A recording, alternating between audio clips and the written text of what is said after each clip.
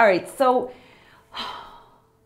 through my research and my just self-discovery, I've run across several things that kind of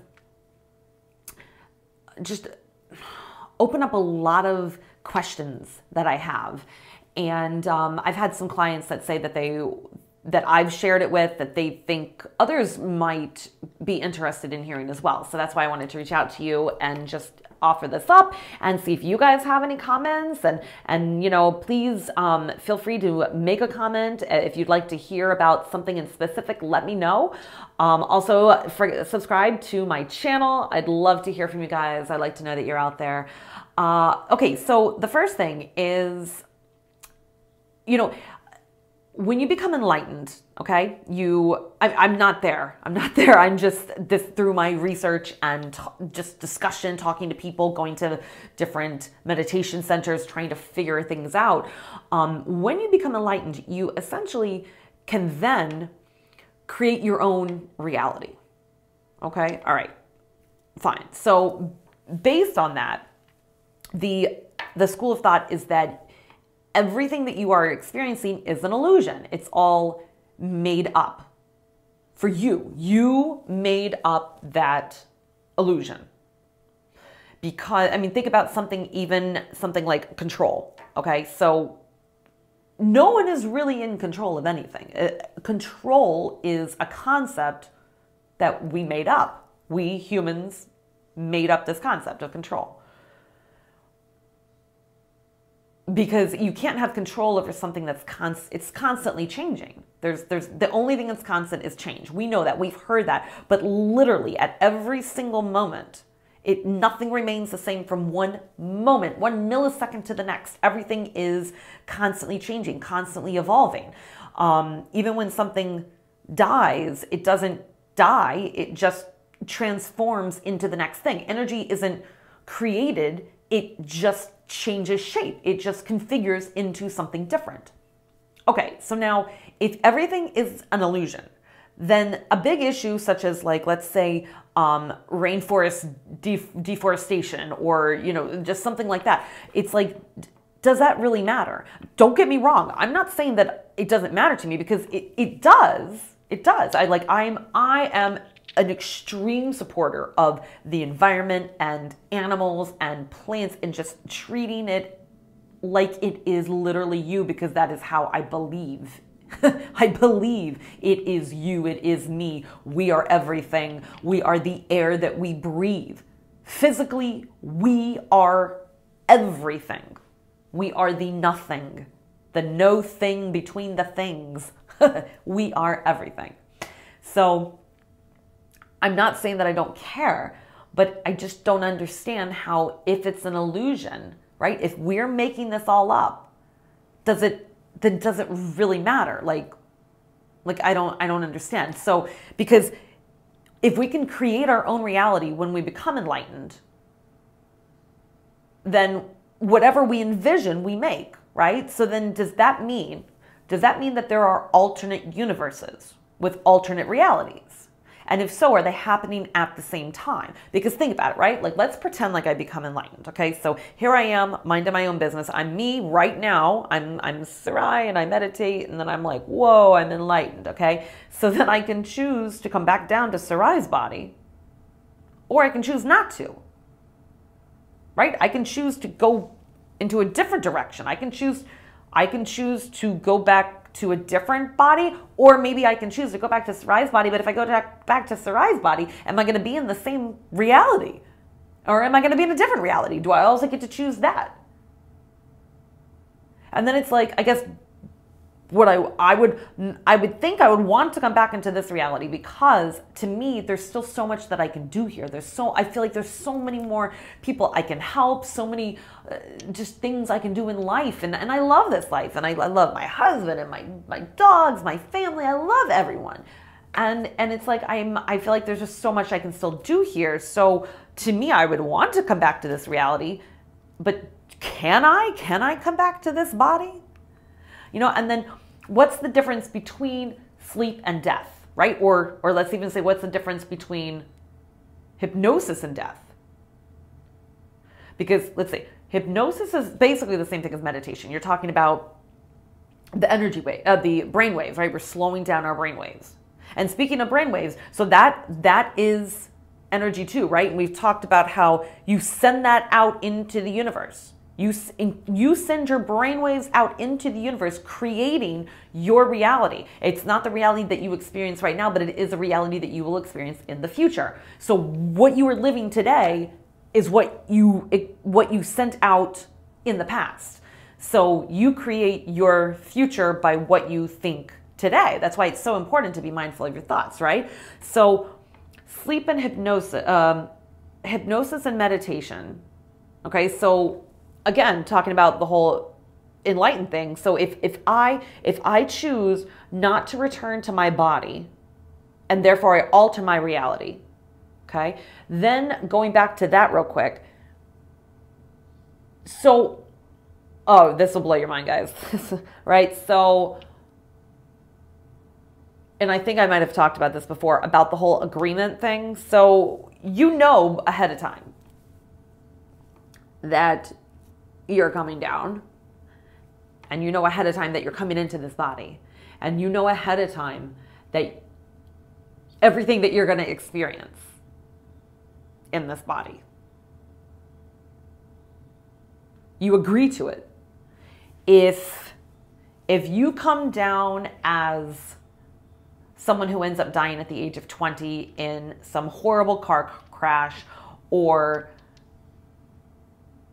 better yet, not better yet, I don't mean to say that, that was horrible. I mean, or more mind-blowing yet, if you die in some sort of mass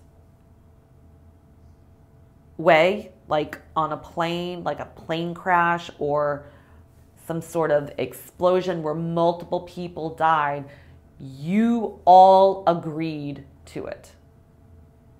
You all agreed to it ahead of time, before you entered your body. You agreed to live the life, learn what you could while you were here, and then agreed to die in that way.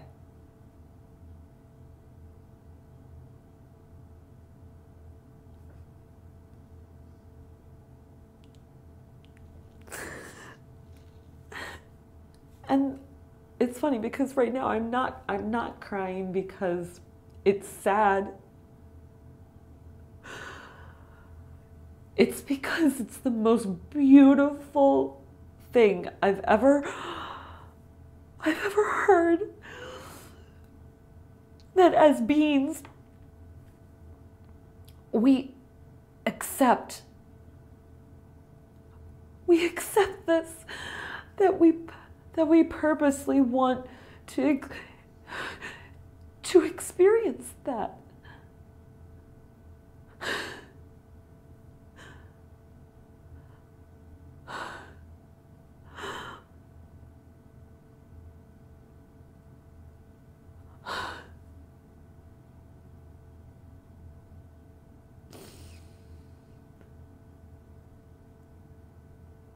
That is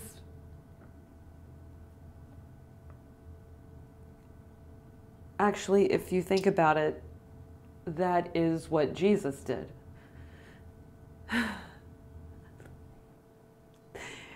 He knew how it would go, and he did it anyway.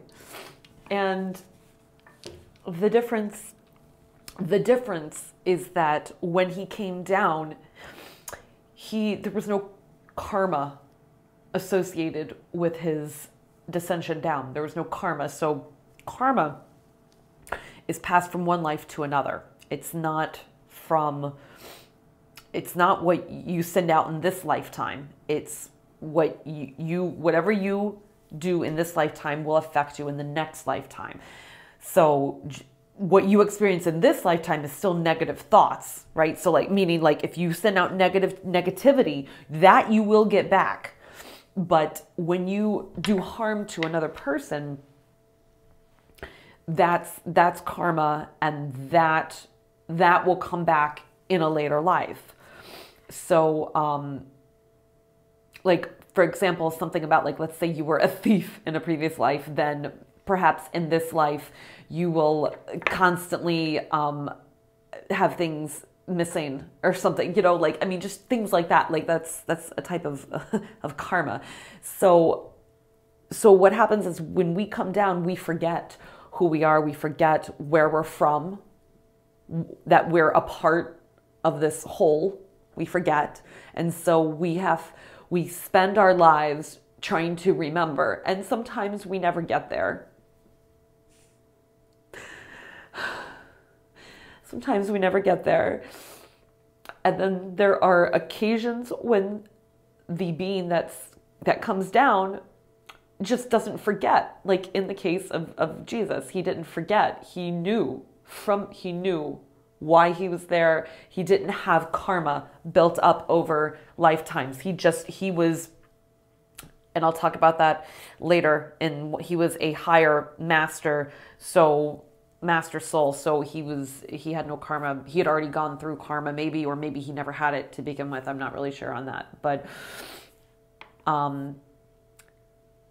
it's just an amazing thing to think that people,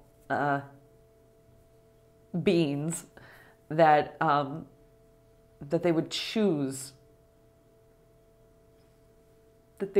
such a selfless act, that and I know maybe some of you are looking at it going, well, how can it be selfless because of all the family members and everybody that are going to miss them. And I understand that, but could you imagine though